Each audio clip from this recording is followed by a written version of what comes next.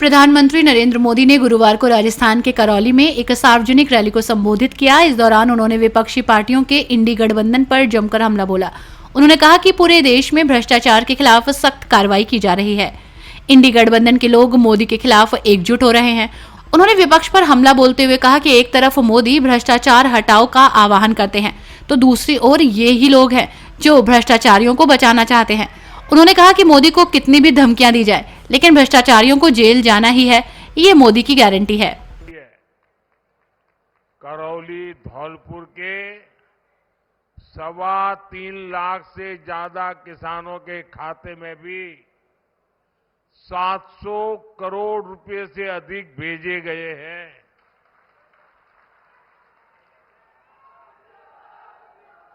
पहली बार किसी सरकार ने पशुधन की भी इतनी चिंता की है। करौली में 80,000 से ज्यादा किसानों के पशुधन को खुरपका मुंहपका के 1.5 लाख से ज्यादा टीके मोदी सरकार ने लगवाए हैं। जब कोरोना में मुफ्त में टीके लगवाए तो चारों तरफ वाहवाही होती थी, लेकिन आपको जानकर के खुशी होगी कि पशुओं का भी मुफ्त टीकाकरण का अभियान हजारों करोड़ रुपए खर्च करके किया जा रहा है। ये हमारा राजस्थान, ये तो मोटे अनाज जैसा बाजरा, ज्वार, सावा, कोदो, कुटकी जैसे श्री अन्न की पैदावार में सबसे आगे है। पहले मोटे अनाज पैदा करने वाले हमारे किसान भाई बहनों को कोई पूछता नहीं था। हमने मिलेट मिशन चलाया और हमने दुनिया को समझाया कि हमारा जो मोटा अनाज है ना, ये सुपर फूड है, सुपर फूड। और हमने उसका नाम भी, क्योंकि देश के अलग अलग राज्यों में अलग अलग नाम थे, तो आज वही मोटे अनाज श्री अन्न के नाम से जाने जा रहा है और पूरी दुनिया में उसकी मांग बढ़ रही है। आपको जानकर खुशी होगी, पिछले वर्ष अमेरिका में व्हाइट हाउस में राष्ट्रपति जी ने मुझे निमंत्रण दिया था और उन्होंने बहुत बड़ा भोज रखा था। और आपको जानकर के खुशी होगी, उस भोज में सब कुछ वेजिटेरियन था। इतना ही नहीं, उसमें हमारा मोटा अनाज था।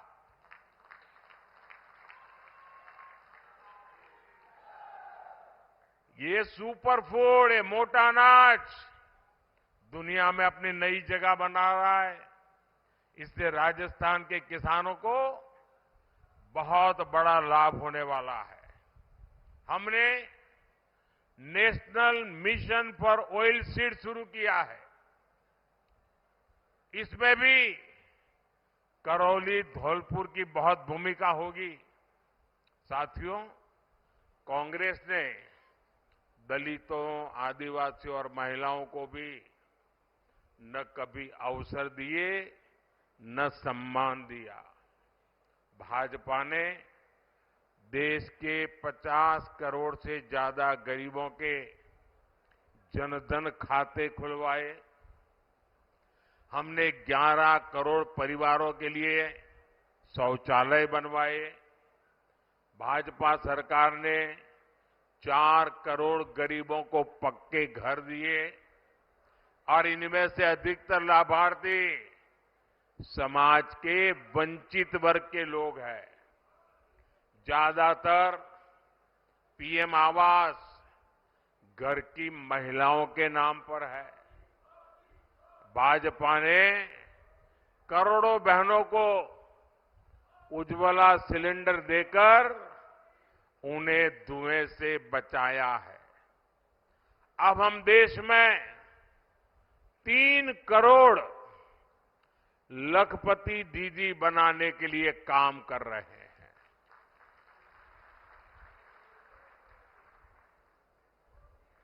मुझे बताइए, ये सारे काम जो मैं बोल रहा हूं, ये काम पहले होने चाहिए थे कि नहीं होने चाहिए थे? देश आजाद होने के तुरंत बाद ये काम पूरे करने चाहिए थे कि नहीं करने चाहिए थे? ये काम भी नहीं किया इन्होंने।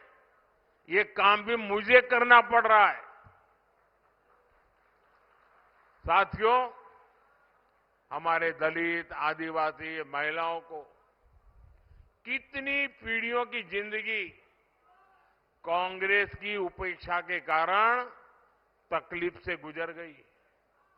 लेकिन आज गरीब का बेटा 10 साल से प्रधान सेवक है, तो गरीब को कितनी ही परेशानियों से मुक्ति मिली है। साथियों, आपको पता है, विकसित भारत के सपने को पूरा करने के लिए मेरा हर पल, हर क्षण देश के लिए है। पल पल आपके नाम, हर पल देश के नाम। और इसलिए मैं तो कहता हूं 24/7 फॉर 2047। साथियों, जो लोग हमारा घोर विरोध करते हैं, ये परिवारवाद और भ्रष्टाचार के दलदल में डूबी कांग्रेस जनता की मजबूरियों में मुनाफा खोजती है। राजस्थान में पानी के संकट को बड़ा बनाने वाली कांग्रेस ही है। केंद्र सरकार ने हर घर पानी पहुंचाने के लिए जल जीवन मिशन शुरू किया। उसमें भी कांग्रेस ने भ्रष्टाचार किया। आज हमारे प्रयासों से करौली, धौलपुर के 1.5 लाख घरों में पानी पहुंचा है। और अभी भजनलाल जी बड़ा विस्तार से वर्णन कर रहे थे, जिस ईआरसीपी प्रोजेक्ट को कांग्रेस सरकार ने वर्षों से लटकाया था, उसे भी भजनलाल जी की सरकार ने 100 दिन के भीतर ही पास करवा दिया। और इसका बड़ा लाभ करौली, धौलपुर को मिलेगा। हरियाणा के साथ हुए समझौते से राजस्थान ने कई जिलों तक पानी पहुंचेगा। और मैं आपको बताना चाहता हूं, ये संभव इसलिए हुआ क्योंकि हरियाणा में भी बीजेपी की सरकार है और राजस्थान में अब बीजेपी की सरकार लाए, तो हमने मिलजुल करके रास्ता निकाला। केंद्र में भी हम बैठे थे। आपको याद होगा, हिंदुस्तान में बहुत सारे राज्य हैं जो पड़ोसी राज्य के साथ पानी के मुद्दे पर पिछले 30 40 साल से लड़ाई चल रही है।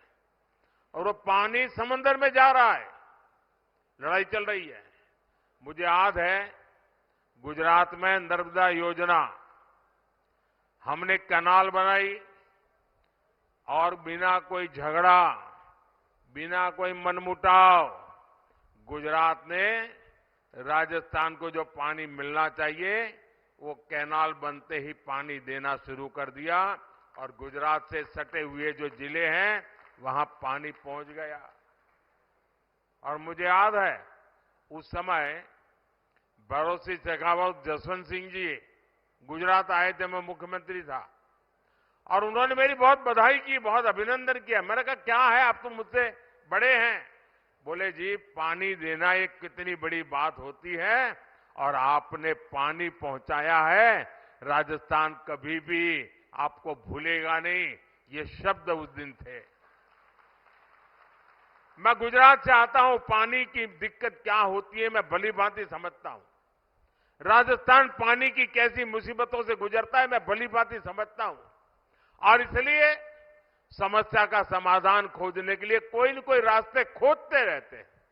हम हाथ जोड़ करके बैठे नहीं रहते। साथियों, कांग्रेस ने पानी में पैसा कमाने का पाप किया, बीजेपी ने उसे सेवा, जिम्मेदारी और जवाबदेही का काम मान करके पूरा किया। आने वाले समय में राजस्थान के घर घर पानी पहुंचेगा, ये मोदी की गारंटी है।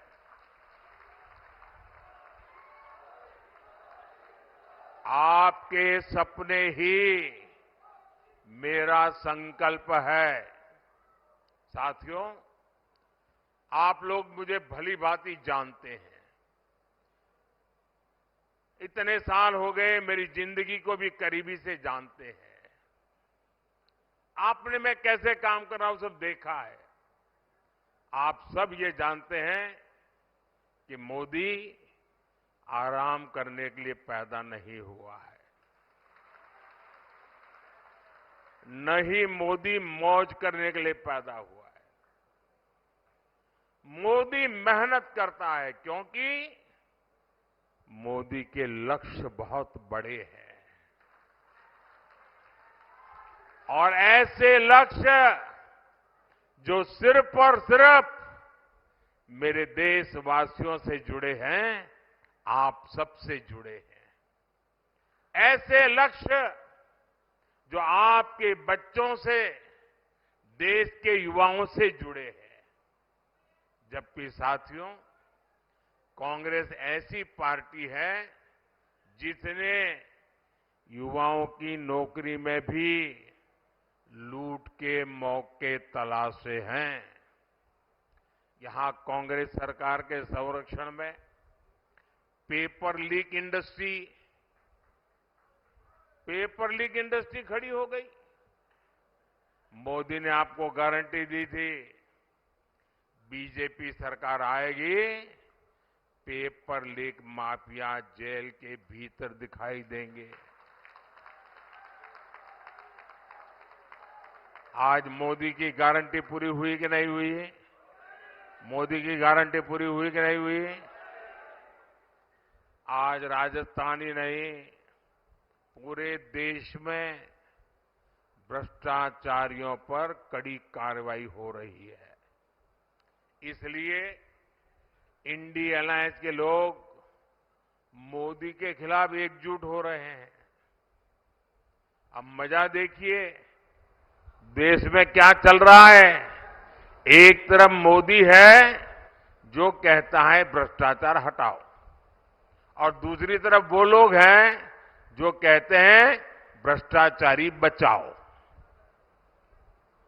ये सारे लोग जो भ्रष्टाचारियों को बचाने के लिए निकले हैं ना, कान खोल करके सुन ले। मोदी को कितनी भी धमकियां दे दें, भ्रष्टाचारियों को जेल जाना ही पड़ेगा। ये मोदी की गारंटी है।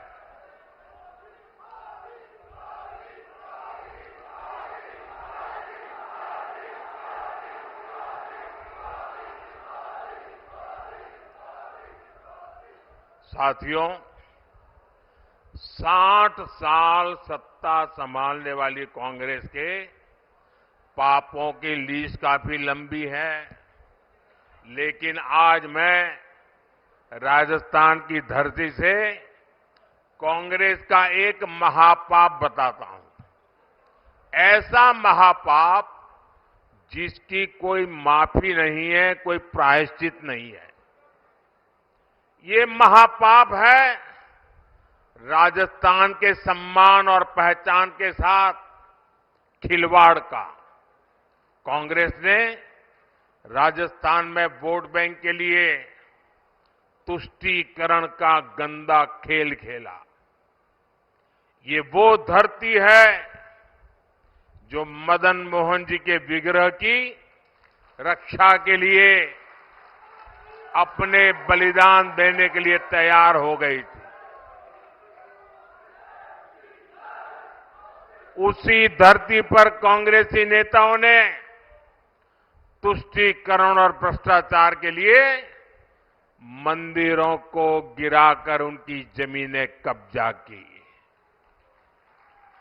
यहां रामनवमी की शोभा यात्रा पर पत्थर बरसाए जाते थे। जिस राजस्थान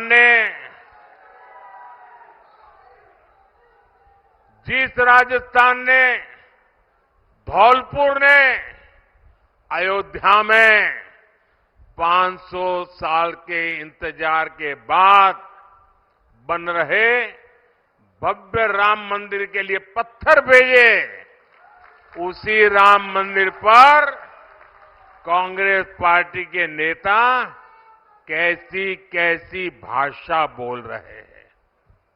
इन लोगों ने रामलला की प्राण प्रतिष्ठा का बहिष्कार तक किया।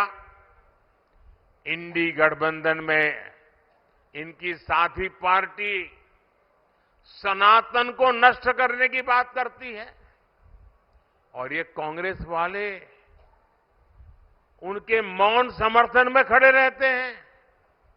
साथियों, आप बताओ, कांग्रेस का ये पाप माफी लायक है क्या? ऐसे पाप को माफ किया जा सकता है क्या? इन्हें सजा मिलनी चाहिए कि नहीं मिलनी चाहिए? सजा मिलनी चाहिए कि नहीं मिलनी चाहिए? और इस बार जब आप 19 तारीख को वोट देने जाएं ना, तो बटन दबाते समय बटन ऐसे दबाइए ताकि ये पापियों को सजा देने का आपको संतोष मिले।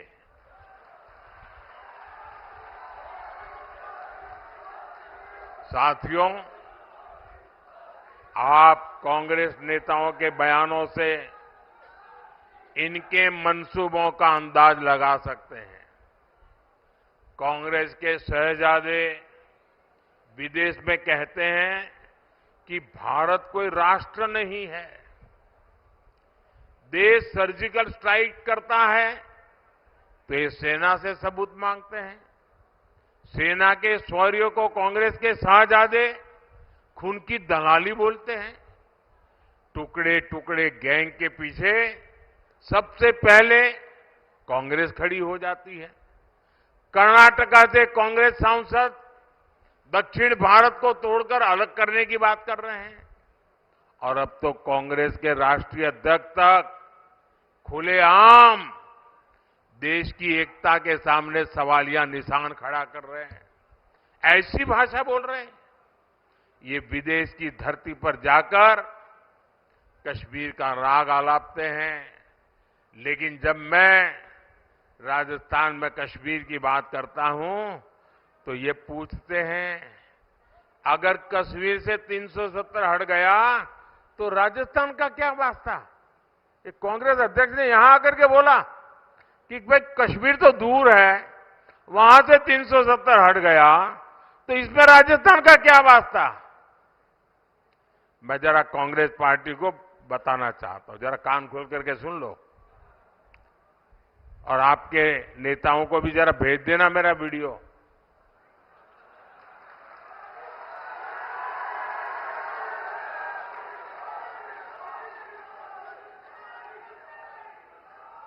कांग्रेस के नेता समझ लें, राजस्थान का कश्मीर से क्या वास्ता है, ये जानना है तो राजस्थान के बलिदानी वीर शहीदों के घर जाकर के पूछो।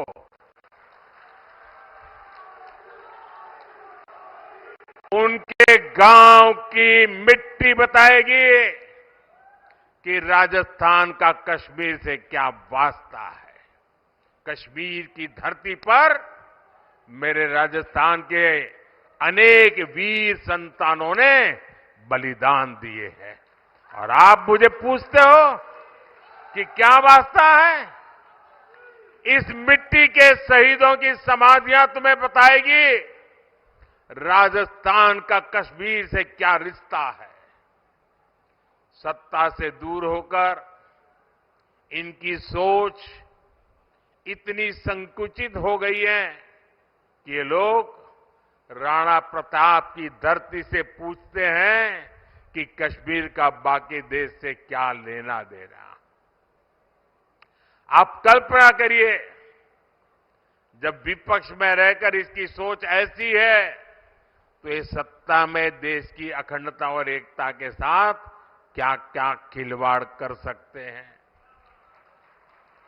ये यही कांग्रेस है जिसने भारत का एक द्वीप तमिलनाडु के पास कच्चा द्वीपो, एक टापू श्रीलंका को दे दिया था। इस देश विरोधी कुकृत्य को कांग्रेस बेशर्मी से जायज ठहरा रही है।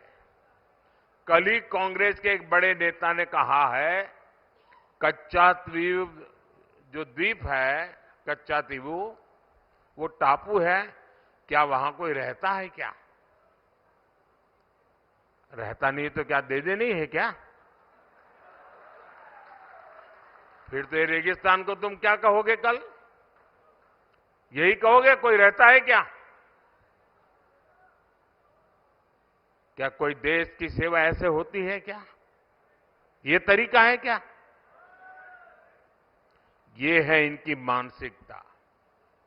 इनके लिए देश का खाली हिस्सा सिर्फ जमीन का एक टुकड़ा है। कल ये कांग्रेसी राजस्थान जैसे सीमावर्ती राज्य की खाली जमीन यही कहकर किसी भी देश को दे सकते हैं। कांग्रेस का सिर्फ इतिहास ही खतरनाक नहीं है, बल्कि कांग्रेस के इरादे भी खतरनाक है।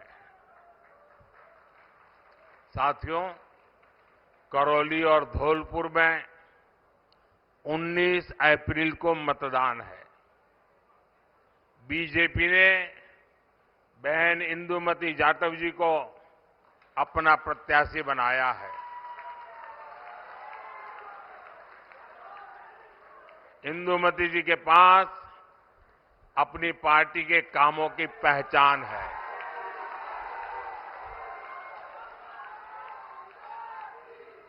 चंबल नदी पर बना पुल हो, दिल्ली मुंबई एक्सप्रेसवे हो, या अब धौलपुर से सरमथुरा तक बन रही ब्रॉडगेज रेल लाइन हो, बीजेपी ने इस क्षेत्र के विकास को नई पहचान दी है। इंदुमती जी करौली धौलपुर में विकास को और तेजी से आगे बढ़ाने के लिए आपकी प्रतिनिधि का काम करेगी और इसके लिए आपको 19 अप्रैल को गर्मी कितनी क्यों न हो, पहले मतदान फिर जलपान।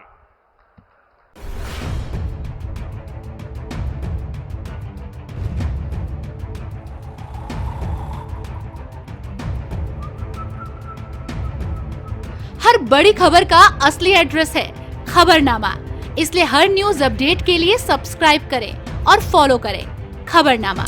और इस वीडियो के लाइक बटन को प्रेस कर इस वीडियो पर कमेंट के जरिए अपनी राय देना ना भूलें।